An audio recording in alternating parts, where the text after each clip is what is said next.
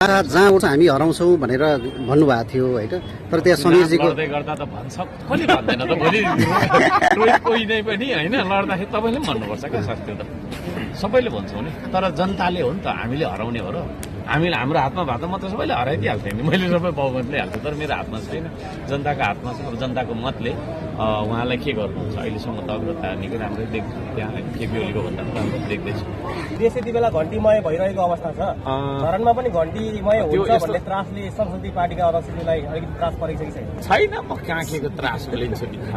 मैले भनिनँ, म त सधैँभरि त्यो भन्छ नि मस्त मौलाना भने जस्तो क्या, ट्याक्कसँगको कुरा भन ट्याक्कसँगको। तर त्यो देशभरि त्यस्तो भयो भने अन्तिम रिजल्ट पर्खिनुपर्छ। मैले त्यो पनि भनिरहेको छु। अब जहाँ 1 लाख मत झरेको छ त्यहाँ चाहिँ 15,000 गन्दाखेरि होइन, त्यो नाच्नुपर्ने स्थिति, निराश भइहाल्नुपर्ने स्थिति छैन।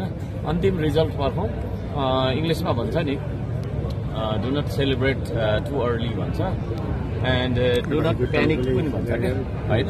आत्तिहाल्नुपर्ने, रमाइलो गरिहाल्नुपर्ने स्थिति छैन। अब तपाईँको छैन, बिस्तारै थाहा हुँदै जान्छ, बिस्तारै थाहा हुँदै जान्छ।